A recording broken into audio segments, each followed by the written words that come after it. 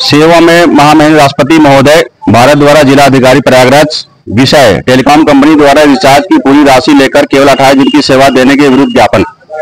महामहिम महोदय, हम इलाहाबाद जन कल्याण समिति के अध्यक्ष मोहम्मद अंजला एवं सदस्यगण इस ज्ञापन के माध्यम से आपके संज्ञान में एक गंभीर उपभोक्ता हित से जुड़ा मुद्दा लाना चाहते हैं। वर्तमान समय भारत के प्रमुख टेलीकॉम कंपनियां जैसे कि जियो, एयरटेल, आइडिया आदि उपभोक्ताओं से मासिक रिचार्ज के नाम पर पूर्व धनराशि 198, 239, 299 आदि वसूलती है, किंतु इसके बदले सेवा की वैधता केवल 14 दिन, 22 दिन एवं 28 दिन की ही प्रदान की जाती है। इससे उपभोक्ताओं के प्रति वर्ष 12 नहीं बल्कि 13 बार रिचार्ज करने के लिए विवश किया जाता है। एक माह रिचार्ज न कराने पर सिम नंबर किसी और को दे दिया जाता है। यह व्यवस्था उपभोक्ताओं के हितों के विपरीत है तथा इस प्रकार की प्रचलित ठगी की जा सकती है। हमारी प्रमुख मांगे निम्नलिखित है। सभी टेलीकॉम कंपनियों को निर्देशित किया जाता है कि मासिक रिचार्ज की परिभाषा कम से कम 30 दिनों की वैधता के साथ ही लागू हो। दूसरा पॉइंट, 28 दिन की योजना को मंथली न कहकर 28 दिनी योजना के रूप में पारदर्शिता से प्रदर्शित किया जाए। तीसरा पॉइंट, भारतीय दूरसंचार विनियामक अधिनियम ट्राई को यह निर्देशित किया जाता है कि वह उपभोक्ताओं के हितों की रक्षा हेतु इस सख्त दिशा निर्देश जारी करें। चौथा पॉइंट, सरकार द्वारा इस विषय पर एक जन जागरूकता अभियान चलाया जाए। यह अत्यंत खेदजनक है कि देश के करोड़ों मोबाइल उपभोक्ताओं को इस प्रकार आर्थिक बोझ का सामना करना पड़ रहा है। हम महामहिम राष्ट्रपति महोदय से निवेदन करते हैं कि वो इस विषय को संज्ञान में लेकर भारत सरकार को आवश्यक कार्रवाई हेतु निर्देश प्रदान करें। आपके माध्यम से निवेदन पूर्वक यह ज्ञापन महामहिम तक प्रेषित करने की कृपा करें। चल रही वीडियो।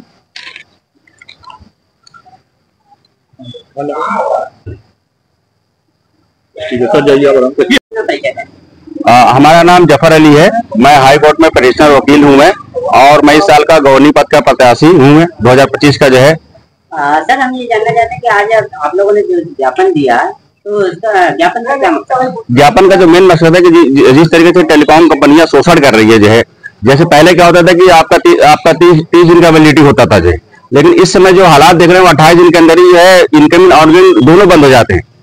इसकी वजह से जो है जो आम जनता के साथ जो शोषण हो रहा है, इस शोषण को करने के लिए हम लोगों ने ज्ञापन दे रहे हैं, जिससे कम से कम उस शोषण को रोका जाए। जैसा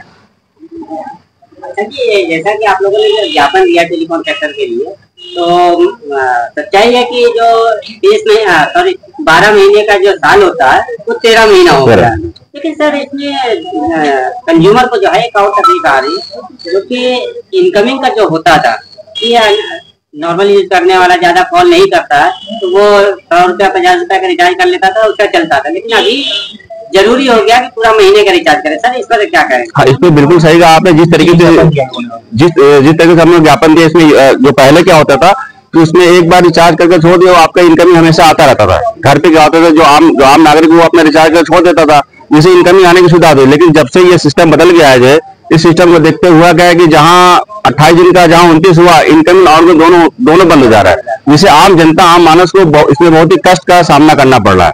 इसी चीज को देखते हम लोगों ने यहाँ ज्ञापन दे रहे हैं, और राष्ट्रपति महोदय को जो है अपना जो है मैसेज देना चाहते हैं कि इस पे सख्त कार्रवाई किया जाए, जिससे ये मैटर को सॉल्व किया जाए। साहब, आपने जो ज्ञापन दिया है, तो इसमें ज्ञापन देने का क्या मकसद है जरा? देखिए, आज हम लोग जनपद प्रयागराज में एडीएम सिटी के द्वारा राष्ट्रपति महोदय को एक ज्ञापन भेजा है। इसमें टेलीकॉम कंपनियां जो अवैध वसूली कर रही हैं, इसमें पैसा लेते हैं 30 दिन का और देते हैं 28 दिन, जो उपभोक्ताओं के लिए काफी परेशानी हो रही है और लगातार अवैध ये वसूली है एक तरीके से। तो इसलिए आज हम लोग एक ज्ञापन दिया है। उसके बाद अगर इस पे कार्रवाई नहीं होती, हम लोग एक बड़ा आंदोलन करने के लिए बाध्य होंगे, और वो आंदोलन सभी टेलीकॉम कंपनियों के खिलाफ होगा, क्योंकि टेलीकॉम कंपनियां अवैध वसूली कर रही है। हम सभी अधिवक्तागण एवं इलाहाबाद जन कल्याण समिति के सारे पदाधिकारी मौजूद होकर आज ज्ञापन दिया है इस मामले में। चलिए आगे चलते हैं और सबसे भी बात करेंगे।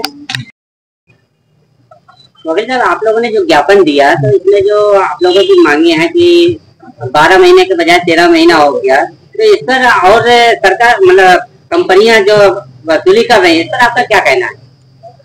अभी जो हमारे अधिवक्ता भाइयों ने कहा, जफर अली भाई ने कहा, एडवोकेट गवर्निंग काउंसिल खड़े हो रहे हैं हाई कोर्ट से, इन्होंने भी अपनी बात रखी और मोहम्मद हमदल्ला फारूकी ने भी अपनी बात रखी। तो मैं इनकी बातों से सहमत हूं, उन्होंने जो भी कहा, और इसी को लेकर के आज ज्ञापन भी दिया गया इलाहाबाद जन कल्याण समिति के द्वारा, जिसके अध्यक्ष श्री मोहम्मद हमदल्ला फारूकी जी है। तो इन्होंने अपनी सारी बातें रख दी है, हमदल्ला भाई ने रखी है, जफर भाई ने रखी है।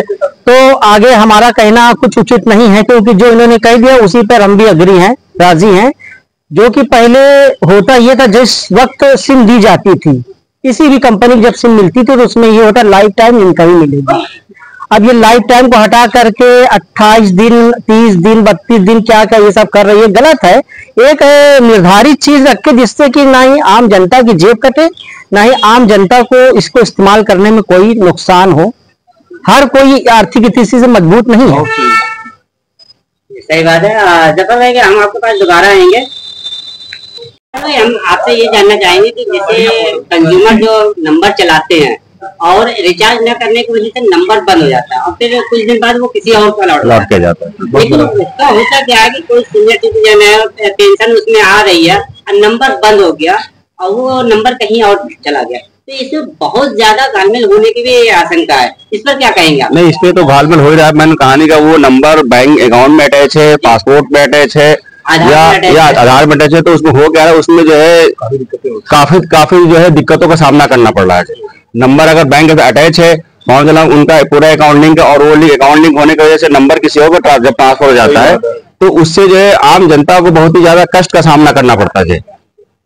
मतलब ये जो दिक्कतें आ रही हैं और फ्रॉड होने का खतरा है, इसके लिए जो है हर एक नंबर को लाइफ टाइम इनकमिंग मिलना चाहिए। लाइफ टाइम बिल्कुल मिलना चाहिए। इसमें जो लाइफ टाइम जो है इनकमिंग मिलना चाहिए।